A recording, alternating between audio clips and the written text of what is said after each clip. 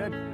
Hello, I'm Joel Baird, the General Manager of Missoula Community Access Television, inviting you to learn more about school election levies coming up. I have in the studio Micah Hill, who's the superintendent for Missoula County Public Schools. Micah, thanks so much for taking the time. Thanks for having me, Joel. You know it. So before we start our segment, you were saying these levies will come up every year.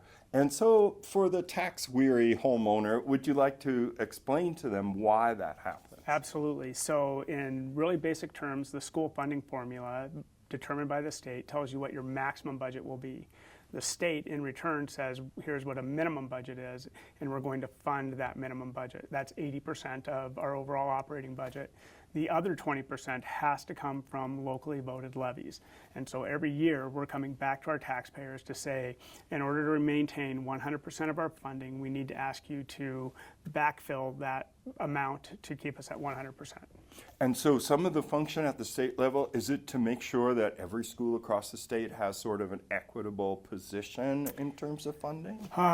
That's a good question, and I would say the answer is equitable up to 80%. Yeah. Like, we're going to fund a basic education in Montana to this level. Yeah. If you want anything more, you need to ask your local taxpayers for it. So when we talk about the arts, when we talk about theater, when we talk about music, drama, when we talk about sports and activities, when we talk about things that our students are involved in so that they're competitive on the world stage, they can sit elbow to elbow with any other student, and we say, yes, that's a Missoula County Public School student. And so the equity doesn't really sit there because there are some school districts where voters say no to repeated ask for levies. Missoula County, we've been really fortunate that our voters have said yes. And in this instance, do you want to just kind of go through the three levies? And Micah was explaining to me there are three levies by convention through the state funding mechanism. That's why you're not going to say, oh, could there just be one and have it done with? Exactly. And it also gives the voters more discretion, right? Absolutely. So there's three different areas you as the voter would participate in. Yep, and it also depends on where you live. So in Missoula County, our high school district encompasses all of Missoula County up to Seeley Lake, Potomac, Bonner, Clinton, Hellgate Elementary, Lolo, all of those outlying districts. Yeah. So that's our high school district. So people in the high school district will for sure see a levy for the high school. The high school ask this year is about $165,000, represents about 67 cents per year for 100,000 of assessed market value. The elementary district is only those who reside within our elementary district boundaries. So someone who resides in the Hellgate Elementary District would not be voting for our elementary district. And that levy is for almost $385,000, representing $2.89 per 100,000 of assessed value annually. The third levy is a little bit different, and this is not an operational levy. The other two were basically the things that we use to pay for salaries, keep the lights on, pay our utility bills, etc.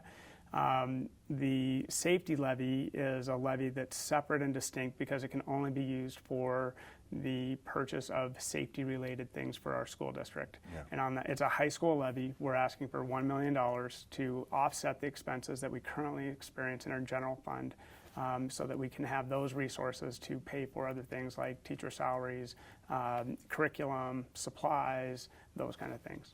And in the safety levy, is that involving more cameras, more supervision of areas, more safety mechanisms? Yeah, so it includes personnel in the way of school resource officers. So right now we pay out of our general fund budget to have school resource officers in our high schools. This levy would cover a portion of that. It would also be for things that we refer to as infrastructure. So when we talk about cameras and secure entryways in our doors, and for the hardware and the software that goes to operate those things, it's a variety of things that we can look at that would be safety related. So we can even include things like our student information system, where we protect student data. We can look at interventionists, people who support our students through intervention work.